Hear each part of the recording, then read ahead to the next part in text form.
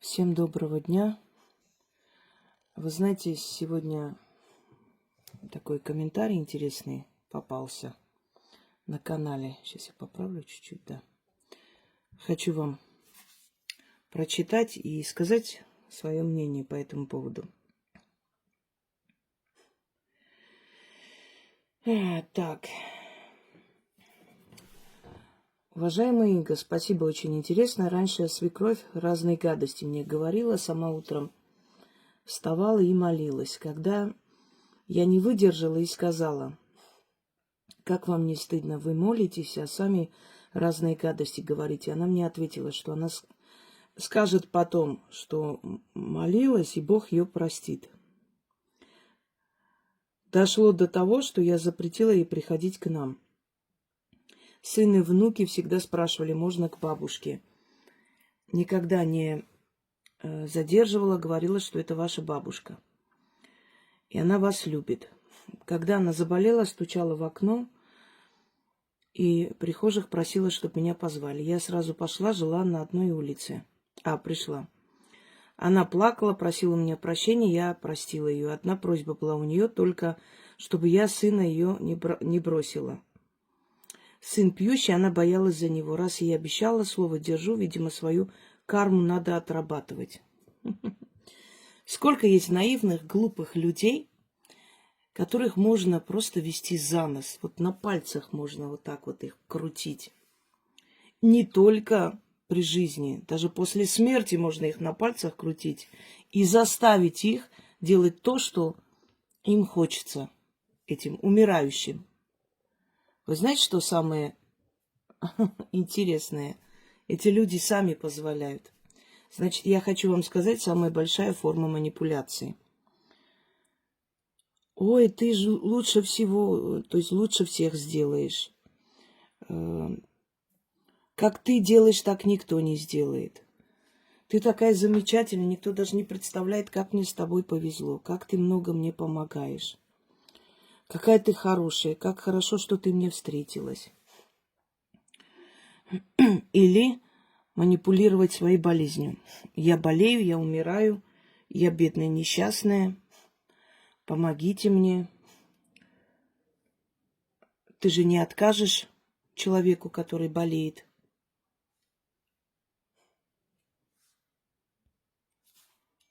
И не бросай сына, обещай мне перед смертью, обещания данные, значит, умирающему человеку нельзя нарушать. Этот человек всю свою жизнь вас оскорблял, унижал, лицемерно показывая себя верующей. И таких очень много. Она даже Богом хочет манипулировать. Я ему скажу, что я молилась, и он меня простит. Можно подумать, что Бог ценит людей, потому сколько поклонов в церкви они, значит, сделали. Сколько раз помолились. По вашим поступкам будет вам дано. Ты хоть и обмолись, но если ты кусок хлеба никому не давала, твои молитвы ничего не значат. Помните, когда... Я не помню, все-таки сказали то Краснодар, потом сказали нет, Киев. Когда собака полуголодная, какая голодная, исхудавшая собака, алабай, когда прошла мимо рядов на Пасху, они ждали, пока батюшка благословит. На месте батюшки я бы отказала в благословении и сказала бы, если вы кусок хлеба собаке не дали. Они пришли просить о здоровье, о жизни, мир, помощь детям. Наверняка у каждого была своя просьба. И они хотели получить все, что они просят, правда? Но когда мимо прошел голодный пес, они пожалели кусок хлеба отдать. Ничего. Одна даже крикнула: «Маша, спрячь колбасу». И эта собака не кинулась, не зарычала. Она просто прошла вот так, глядя в глаза, хотела увидеть хоть в одном из них человека. Не увидела. А никто из вас не подумал о том, что, конечно, не Бог в облике собаки пришел. Это не притча, это реальность жизни. Но духи, вообще духовный мир, часто используют собак, кошек, их энергию, чтобы прийти к человеку и испытать его. Есть такие стихи у меня на канале, «Сон» называется. Написал армянский поэт Аванеш Шираз. Ну, ему показалось, что это сон. Или он так в советское время описал, что это был сон. И я думаю, что это было видение. Просто тогда такие вещи не приветствовались. Если такое писали, надо было говорить, что это во сне, это фантазия, это сказка, выдумка. Обязательно перед этим, даже в цирке говорили, фокусы не существует. Это все ловкость рук. И так, оттуда пришло вот это. Постоянно вначале нужно объявлять, чтобы люди вдруг не подумали, что чудеса существуют. И вот он потом рассказал, что ночью постучались. И женский голос оттуда попросил кусочек хлеба.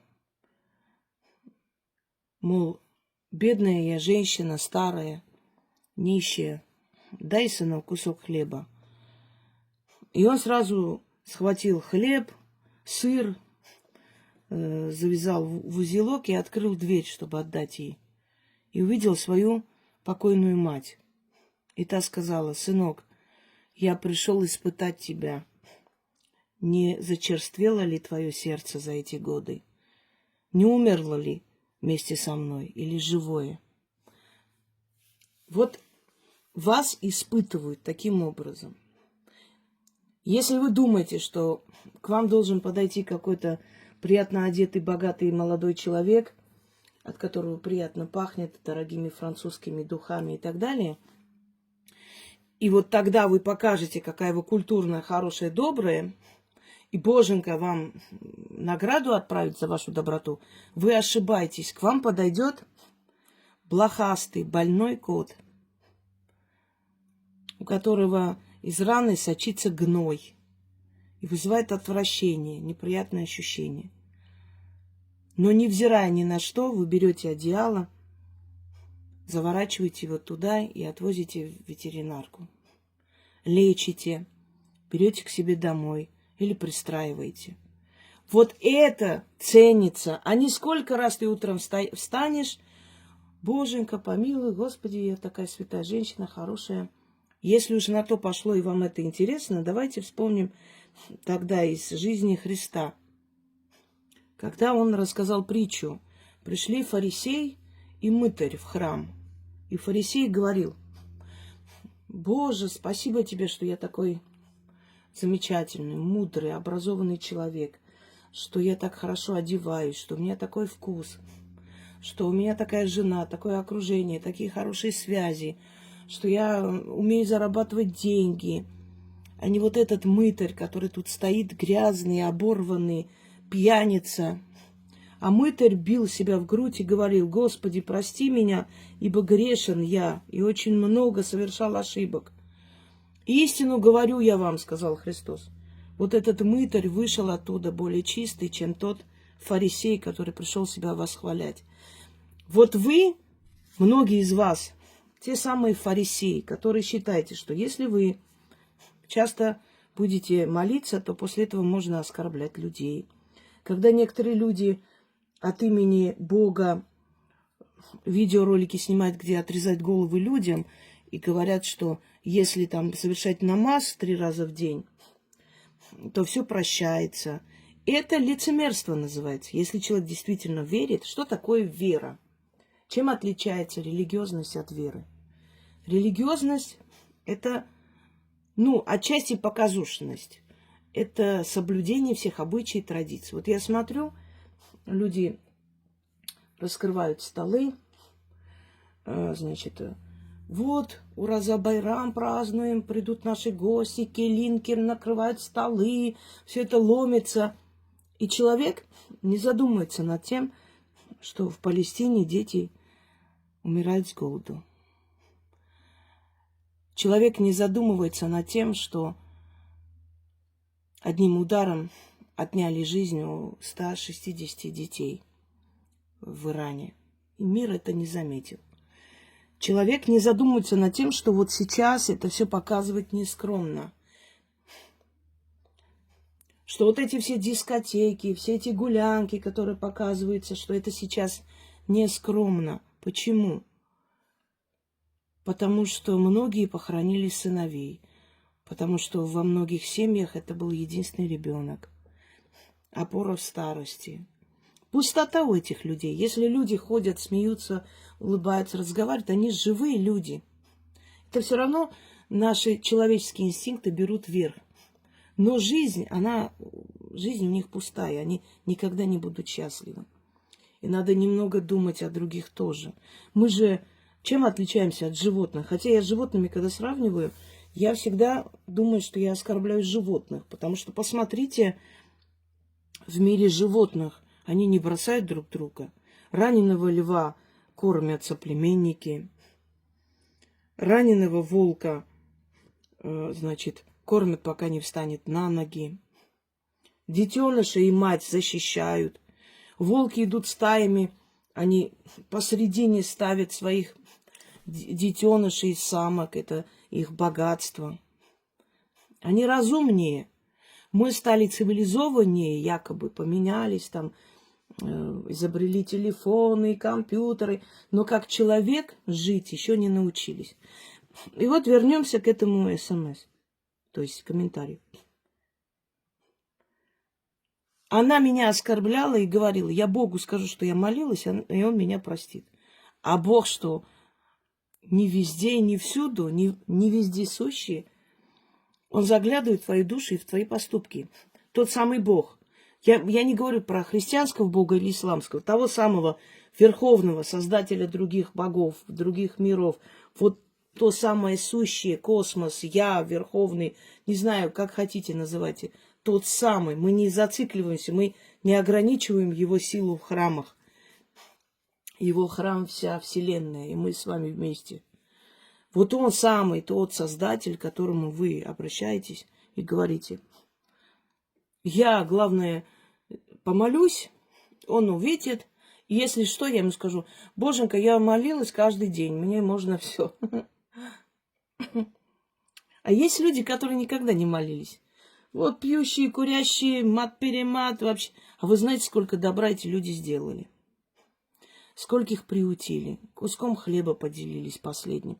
И как вы думаете, когда вы уйдете, такая святая женщина, и вот этот вот пьяница, вот вы подниметесь туда, и что скажет Боженька ваш?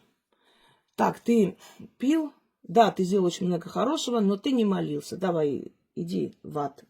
А ты в рай, женщина, ты каждый день молилась. Ничего страшного, что ты загубила жизнь своему сыну, снохе, что ты была скверной тварью. Ничего страшного. Главное, ты молилась каждый день. Вот это самое важное. Неужели вы так думаете? Это страшно, что люди даже Богом хотят манипулировать, понимаете? Даже им. Что я сделаю вид, что я молюсь. То есть он уже не будет иметь моральное право меня судить. Вот о чем она говорит. Я ему предъявлю справку, что я молилась, и на этом его право меня судить не сможет он. Понимаете, это как вам сказать? Да, вот вы мимо проходите, кого-то там убивают. Ты можешь пойти домой, спокойно лечь спать на самом деле. Ты ничем не обязана, не должна, никто тебя не будет судить за то, что... Но есть совесть, есть мораль. Вот о чем речь. Перед государством ты ничего не нарушаешь. Вот то же самое. Официальную часть соблюдать, а остальное неважно. И поэтому вы такому человеку дали слово. Во-первых, она манипулировала вами, когда она почувствовала, что она умирает, что у нее нет сил. Она попросила вас позвать. Когда у нее были силы, все было хорошо, она не пришла, не извинилась.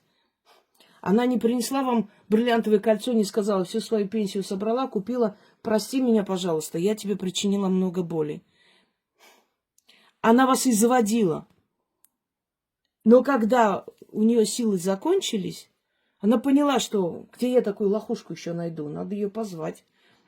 Попросила позвать и сыграла на вашей жалости, что я умирающий человек, помоги мне. Хорошо, ладно, предположим, ради своей души, ради своих детей, это их бабушка, чтобы показать пример доброты, вы помогли ей.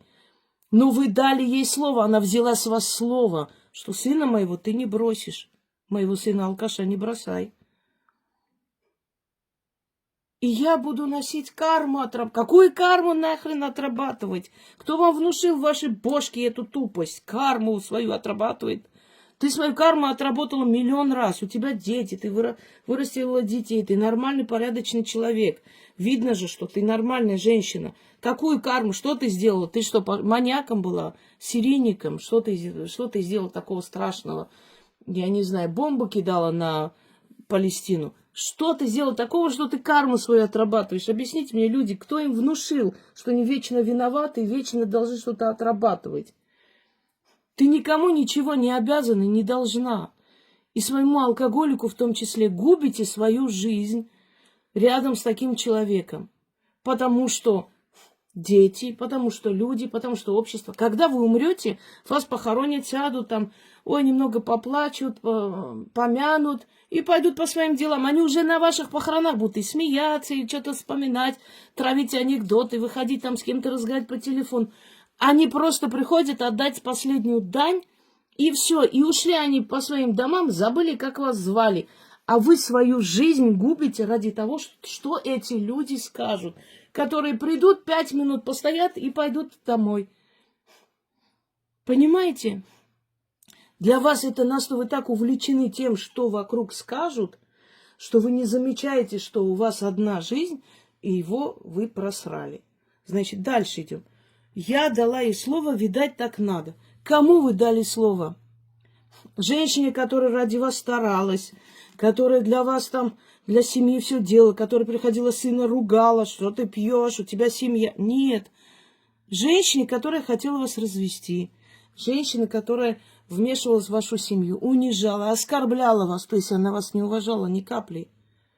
Но потом она поняла, где мы такую лохушку еще найдем, я и мой сын. Не бросай моего сына, дай мне слово. Она даже умирая пристроила своего ребенка, не смогла тебя оторвать от него. Так ладно, как там с паршивой овцы хоть шерсти клок. Раз не смогла оторвать тебя от него, ладно, хрен с тобой, так и быть. Тогда не бросай его, ухаживай теперь за ним. И вот я дала слово. Мне нужно соблюдать. Кому ты дала слово, женщина? Кому? Чем ты обязана этому человеку? Это она тебе обязана. Она обязана тем, что у ее сына появилась жена, дети, семья. Он мог бы под забором помереть. Она обязана тебе тем, что ты терпела это все. Не разрушила эту семью. Что в конце за ней ухаживал. Это она тебе обязана, а не ты ей. Почему вы себя связываете какими-то словами, какими-то обещаниями? Знаете, тратите свое драгоценное время на дешевых людей, на дешевые какие-то клятвы, которые потом вам не дают. Теперь вы ради этой клятвы, теперь вы будете его терпеть. И он тоже перед смертью что-нибудь там скажет: пообещай мне, что ты никогда не выйдешь замуж, что ты никогда ни с кем, и вы никогда не почувствуете себя женщиной. Никогда. Потому что алкоголики, они и в постели ноль. Ну, а что мы тут, взрослые люди? Ни о чем. Ни о чем. Алкоголь, в конце концов, всю потенцию убивает. И он становится вообще никто. И тявкает, и матерится, храпит, неопрятный, неумный, тупой, деградирует. Ты живешь с этим телом просто потому, что так надо. Потому что люди что скажут, потому что свекровь так сказала, я обещала. Зачем? Зачем, если ты можешь, ты вырастила своих детей, ты можешь спокойно почувствовать себя женщиной. Все. Ты никому ничего не обязана. Если ты сильно переживаешь, отнеси цветы ей на могилу, скажи: мама, я пришла вам сказать, чтобы вы шли нахрен. Никакие обещания не буду я выполнять, все, забирать своего сына или что хотите делайте. Я пошла устраивать свою жизнь. Какие вы наивные люди. Она жила свою жизнь. Прожила нормально, как хотела. В конце нашла ишака, который ее досмотрел. Еще и ишака оставила сыну, чтобы еще и сын добил этого ишака. И ушла себе спокойно, там отдыхает. А эта наивная женщина сидит и думает, что она героиня. Да кто вам скажет спасибо? Завтра ваши дети скажут, какая ты мать. Ты жила с алкашом, ты заставляла нас выслушивать его мат. Он тебя бил, а мы спасали. Какая же ты мать? Они скажут это и будут правы. Какие вы глупые. Я просто поражаюсь. Вот ладно, 20 лет не соображать, 25, ну 30, ну к 40 годам наверняка уже 40 с чем-то лет. Ну где ваши мозги? А вы когда жить-то будете для себя? Серьезно? Завтра синдром отложенного времени, то есть отложенной жизни. Завтра поживу, послезавтра. Вот сейчас чуть-чуть сделаю, сейчас внуков понянчу и потом уже для себя. А когда? Вы не понимаете все, что в любой момент вот это вот костлявый придет и постучится в окно, в любой момент. Она может постучиться в 30 лет, 38 лет, 45 лет, 48 лет. Да вообще пофиг. Почему люди планируют, что они должны будут жить 1 000 000 лет? Моя бедная тетушка, она сидела в шутку, считала, сколько ей еще жить осталось. Представляете, мне еще 45 лет жить, или сколько она, или 55. Сейчас не помню. Короче, у нее вышло по ее подсчетам 120 лет. Я говорю, ты 120 лет собралась жить? Не, почему 120? Ну, как раз вот 90. Я говорю, ты немножко переборщила. Ты слишком много взяла. Так это мне, получается, осталось где-то вот по 30. Я говорю, ну, так...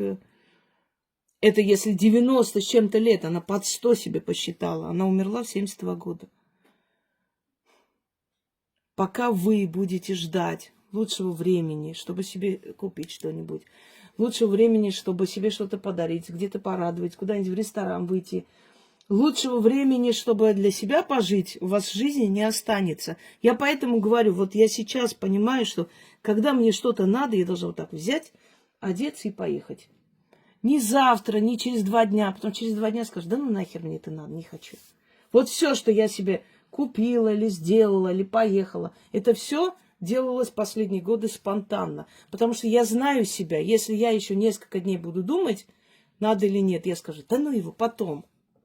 И все, и это больше никогда не повторится. И сколько раз так я упускала случаи очень подходящие, очень мне выгодные. Говоря о том, да это потом, ну завтра, ну ладно, вот сейчас вот это сделаю, потом уже подумаю. И все, никаких потом уже нету. Очнитесь, люди. Я не говорю, что мы должны быть эгоистичны, только день и ночь себя хвалить, о себе думать, любимый, только для себя. Нет. Конечно, мы должны быть людьми, мы должны помогать, созидать, мы много чего должны. Но это мы должны перед своей совестью, себе. Я себе должна, если я хочу... Я считаю, что это правильно для своей души. Но больше никому. Никому, даже если ты вырастила ребенка, если ты дала этому ребенку здоровье, если он здоровый родился, красивый, все, дай ему образование, помоги ему изначально. Конечно, ты как родитель всю жизнь помогаешь. Не должна, обязана, но делаешь, потому что так положено. Ну, потому что это ты любишь его. Но... Понимаете, вот даже если ребенок больной родился, это тоже не от женщины зависит, не от человека. Это не значит, что она пила и валялась. Нет, она может быть вполне нормальный человек. И это самое обидное, когда алкашки рожают здорового ребенка, а здоровой женщине приносят и ребенок, и она с ним мучается, его спасает, лечит. Это очень обидно. Но бывает такое. В любом случае, дала ему здоровье, дала ему образование, дайте ему образование. Это самое важное, что вы должны ему дать. Образование. Образование и любовь. Все остальное второстепенно. Хотите там одежду, естественно, покупайте, там украшения, возите куда-то, показывайте. Но самое главное, если вы не дали своему ребенку любовь и образование, все остальное вообще ни к чему. Многие под понятием образования имеют в виду диплом купить где-нибудь. Или там пойти заплатить, чтобы там ставили галочки, что он приходил на занятия, потом пойдет получить. Нет, это вы не любите своего ребенка. Если ваш ребенок нарушил что-то, дайте ему пойти и отвечать за это. Вы его спасете в будущем, он задумается. Если вы сейчас его отмазали, запомните, что вы вырастили преступника. Все, вы его загубили. Готовьте эти, как там его, сухари сушите. В следующий раз вы будете возить его на зону. Это все делают родители избытком любви, понимаете? И никому ничего не обещайте. Если пообещали, поняли, что вы, неправильно сделали, в этот момент импульсивный, все, не буду я. Идите прям, вот умер человек, на могиле ему скажите. Аргументируйте это все, чтобы вам легче стало. Я не буду держать это обещание, потому что в этот момент, как там, меня ввели в заблуждение мошенники. Я не понимала, не соображала, что я делаю.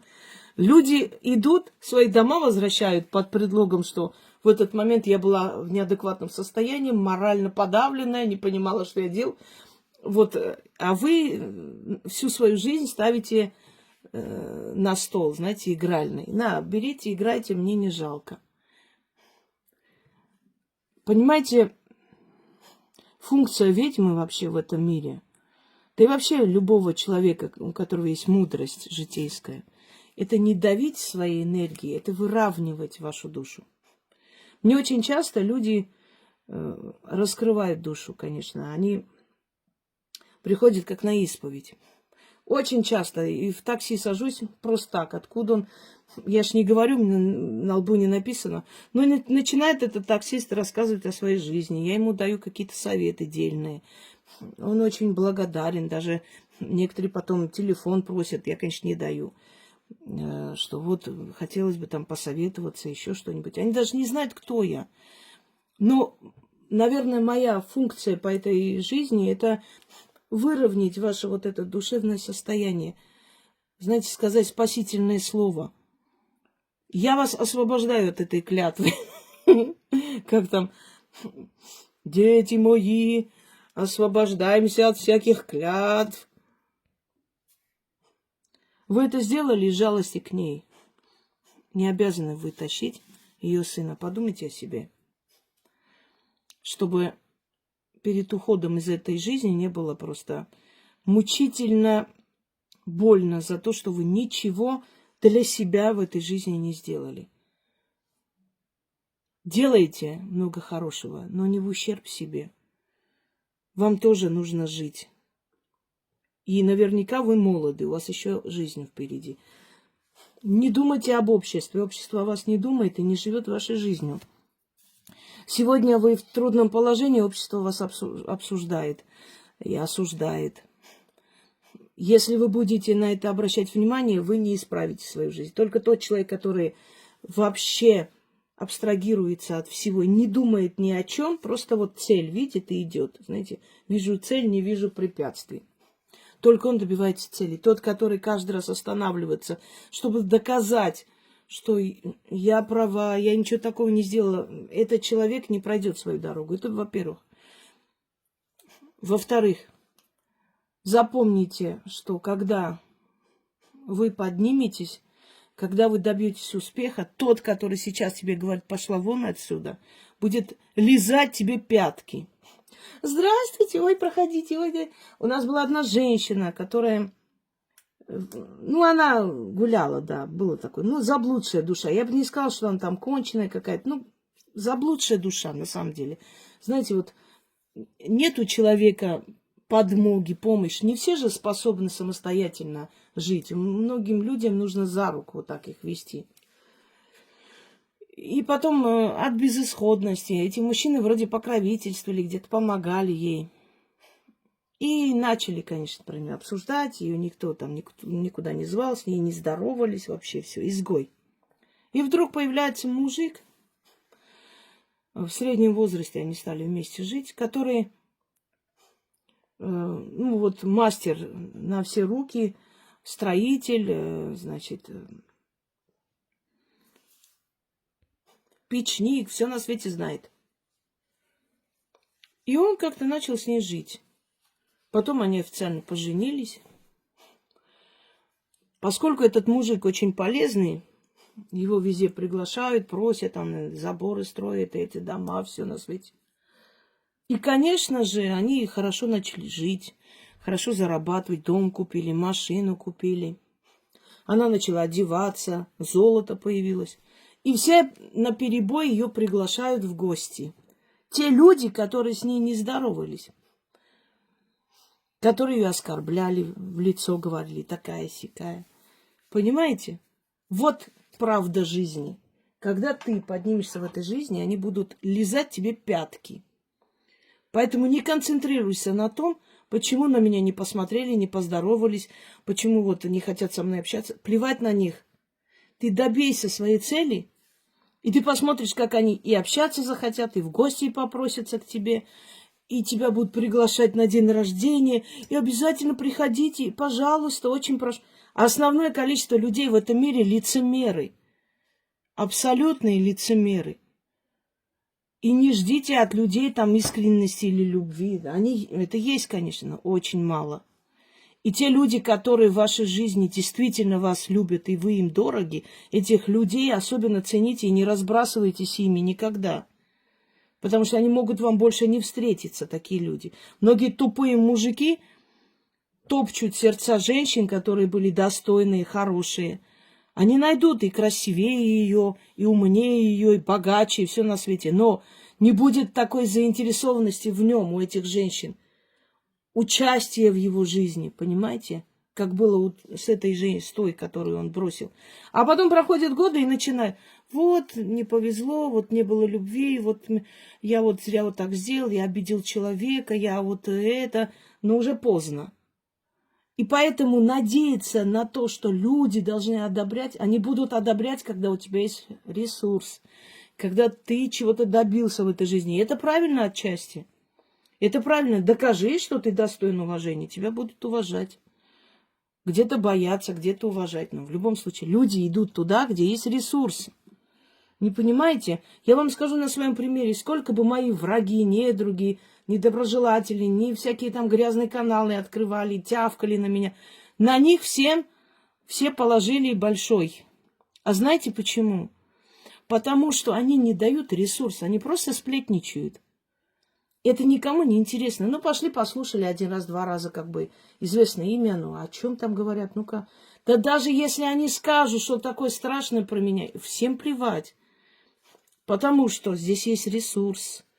Здесь дают работы, которые помогают и вытаскивают. Это инструкция по выживанию. Вытаскивают человека из болота, дают ему жить. А там что? Вот, приходите к нам, она плохая, мы про нее такие вещи знаем. Да вообще... Чихать, что ты про нее знаешь. Мне какая разница, сколько там раз был женат тот врач, который меня лечит. Если он меня вылечил, я ему благодарен или благодарна. Мне все равно. Я имею в виду просто, со стороны, с третьего лица говорю. Ресурс, если ты даешь, если ты полезен, тебе все прощается. А если бесполезен, ты можешь быть святым человеком, но ты ничего не добился, ты ничего не сделал, ты ни к чему не стремился, или боялся, или не решался. Да и твои проблемы. Ты остался на дне. Ты не интересен. Не интересна ни твоя жизнь, не интересно ничего, что связано с тобой. Хочешь быть интересен, хочешь, чтобы люди тебя любили, но любили это так мягко сказать. Хотя нет, есть и любовь, да, всенародная любовь тоже бывает. Мы, например, любили и любим тех актеров советского времени. Искренне любим. Даже такое есть. Но это нужно заслужить. Этого добиться только вот так можно. Заслужить это. Это ты не сможешь приказом или криком, или истерикой, или требовать, любить, или уважать. Это все заслуживается. Твоим трудом, честным, настоящим. Так что идите на могилу своей свекрови, скажите ей все, что о ней думаете, оставьте в этот зарок. Садитесь со своим мужем, поговорите. И наверняка вы мужу сказали, я тебе дурака не бросаю, потому что я матери обещала. Я такой человек, если я обещаю, я делаю, ты меня знаешь. И он радуется, думает, ой, как хорошо моя мамаша эту лохушку раскрутила перед смертью. Прям так жестко взяла, что она даже после меня бросать не сможет. Да это тогда я могу делать, что я хочу. Потому что ему дали индульгенцию, вы ему дали право делать все, что угодно. Вы ему дали справку о вседозволенности. Вот своими словами, что я тебя все равно не брошу, потому что маме твоей обещала. А я такой человек, если я обещаю, я никогда не нарушаю. И вы тем самым ему сказали, можешь делать что угодно. Не старайся, не делай меня счастливой, я все равно тебя не брошу. Вот где ваша голова? В каком месте находится? Я же вам говорила, что у меня бабушка всегда говорила, что когда замуж выходили, вы не видели, за кого вы ходите? Где твои глаза были в жопе? Я же говорю, потом оттуда потихоньку они выглядывают, по чуть-чуть начинают выглядывать, видеть мир. В конце концов понимают, куда попали. И это все заканчивается. А бывает, что они навсегда там остаются, так и не выходят оттуда, не выглядывают. Придите в себя, возьмите за шкирку своего мужа и скажите, я нарушил данное слово, я уже зрелая для этого. Если ты не возьмешь себя в руки, если ты не перестанешь, если ты не передумаешь, не подумаешь, как дальше жить. Хотя я уверяю, что ничего не поменяется. Люди не меняются, люди становятся хуже или мудрее, одно из двух. Но меняться, вот какую душу нам дали, так и... Вы не забывайте, чей он сын. Понимаете? Рядом с какой женщиной он вырос. Не удивляйтесь, если даже черты вашей свекрови вы увидите там, или ее характер, например, вам напомнит и в детях своих. Кровь. Великое дело, как говорил Воланд. Кровь. Сила великая. Друзья мои, никогда ради обещания, ради выгоды других себя в жертву не приносите. Никто это не оценит никогда. И имеют право не оценить. Никто тебя не... Это твой личный выбор. Выбирай себя. Себя выбирай. Я не говорю, как эти тупые эти блогерши. Ой, выбираю себя в ресурсе. Я с утра авокадо ем, салатики, вот однообразные ролики. У всех дома одинакового типа. Все белые стены. Заходят, куртки куда-то кладут, духи купили, открывают, ставят, душ принимают, туалет ходят, что-то там делают. Это тупизна абсолютная, это серость. Друг на друга смотрят и копируют, потому что мозгов своих нет. Я не говорю вот эту вот хрень. Реальным делом занимайтесь. Надо и в мазуте измазывайтесь, надо и сядьте за руль фуры, езжайте. Занимайтесь реальными делами. Реальной работой. Эти ресурсные дурочки в конце концов окажутся под заборами. Не надо на них смотреть. Ничего у них не будет в жизни.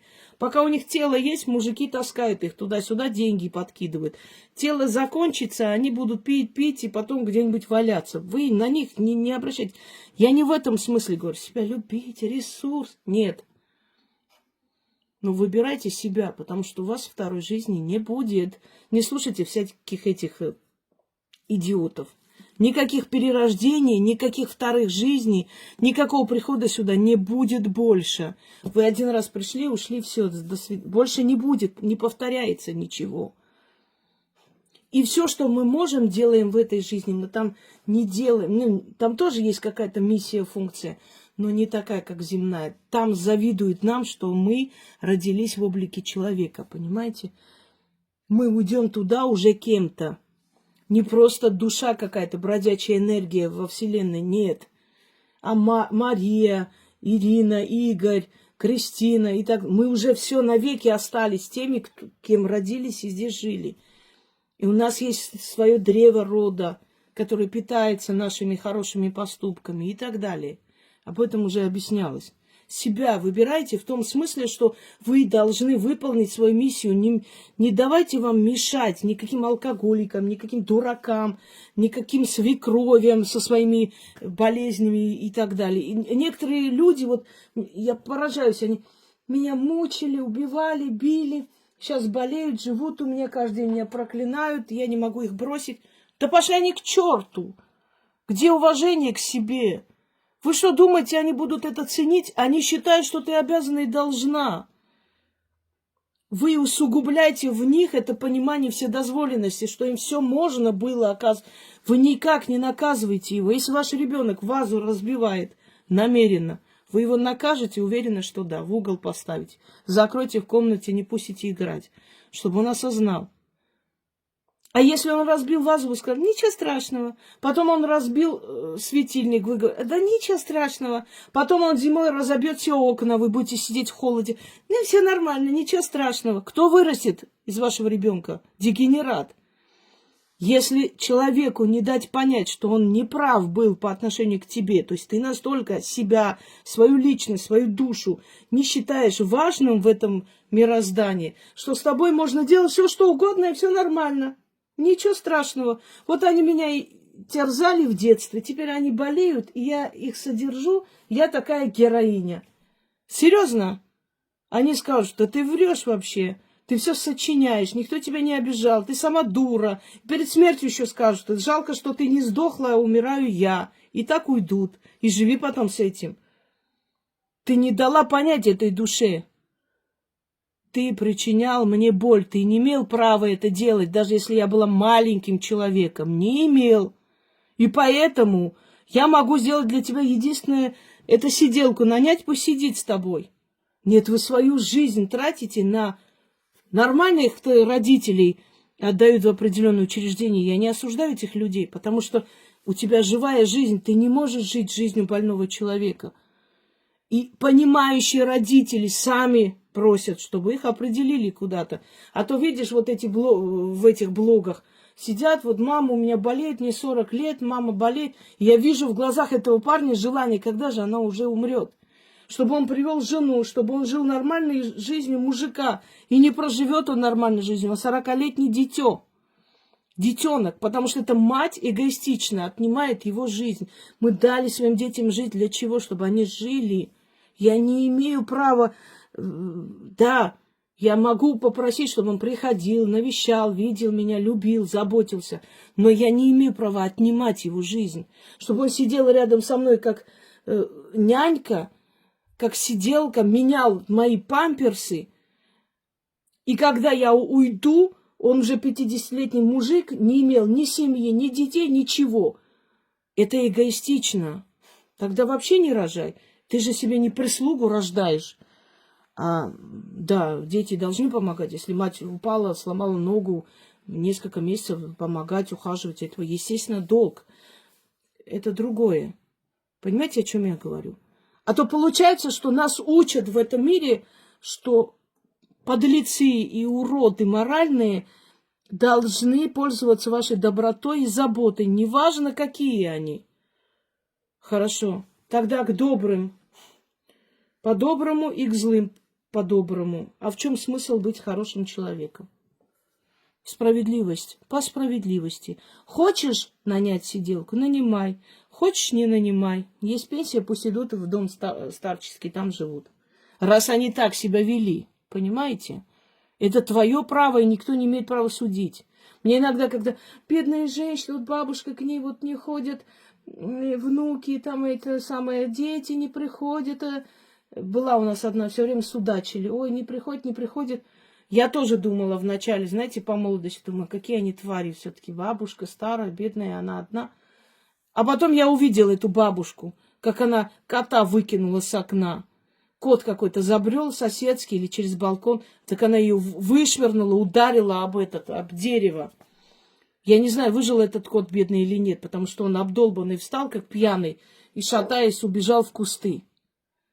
И я поняла, почему эти дети к ней не ходят, и кем она была в молодости, понимаете? Тут дело не о том, суди, не суди. Дело в том, что каждый должен получать по справедливости. Правильно сделали эти дети. Показали, раз ты была тварью, так и живи как тварь одна. И подыхай, никому ты не нужна. Надо иметь доброту, надо себя пересматривать. Мы все хотим злиться, мы всех злимся. Когда у меня собака что-то загрызла, я ж прям готова прибить.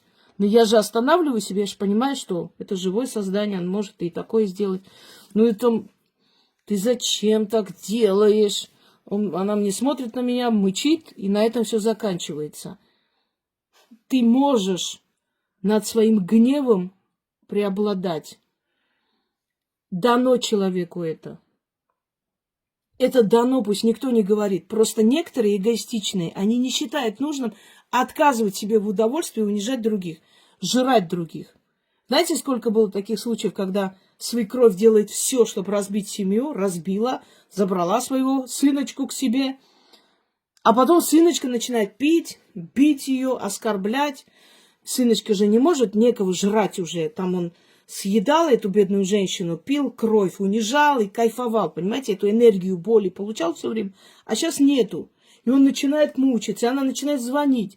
Давайте сойдитесь, начинает проклинать. Из-за тебя мой сын мучается, бедный сыночек мой, бедненький несчастненький.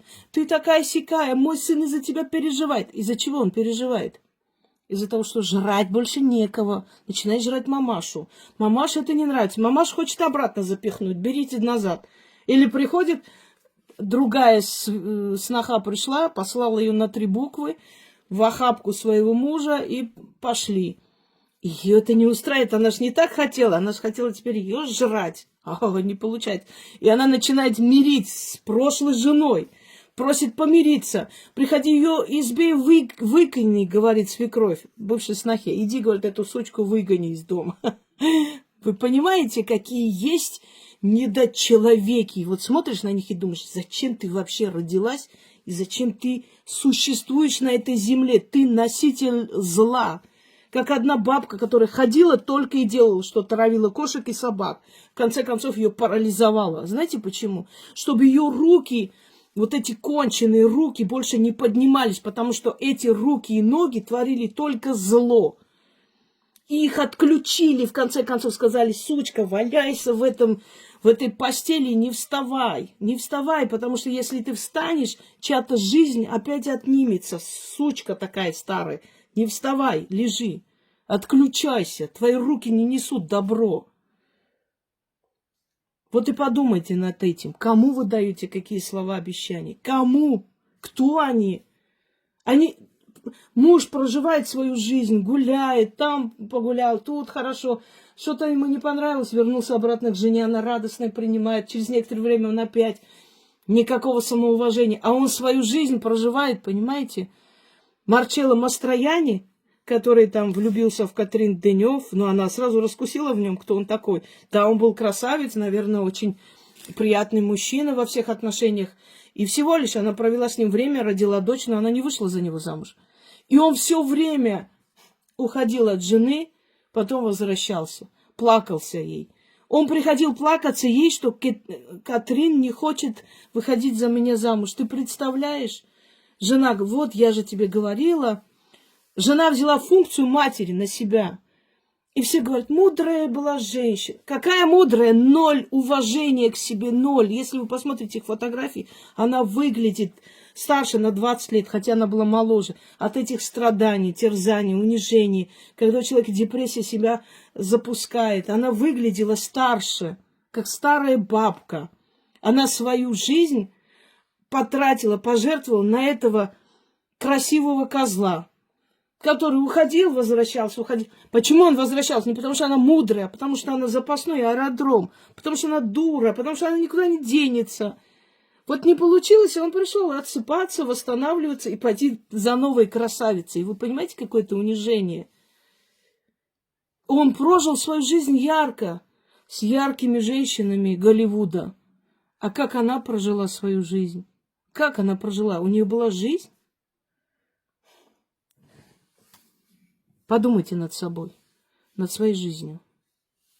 Вы не обязаны жертвовать своим существованием ради того, чтобы другие хорошо жили. Делайте добро тем, кому вы хотите делать добро. И мой вам совет, больше делайте добро животным, бездомным. Больше им делайте добро. Они это оценят. Вот о чем речь. А не людям, которые этого не стоят. Когда человек инвалид не может ходить, я готова ему помочь. Когда ребенок болеет, и он не может за себя постоять, и он не может пойти заработать денег на лечение, я ему помогу. Но помочь здоровому амбалу, что он бедный несчастный, мучается душа. Иди работай. Работа спасает, помогает, лечит. Работать не пробовали? Самый лучший вариант. Говорят, помогает. не знаю, заработать это надо, что-то делать. Я лучше так помучаюсь, диван того обрюхатью. Я буду лежать, как недавно смотрела ролик, снимали. Ой, мать спрашивает, дочь и сын, ну, дети еще, наверное, лет 12-13. Как ты думаешь, кто умнее, мама или папа? И сын говорит, мама.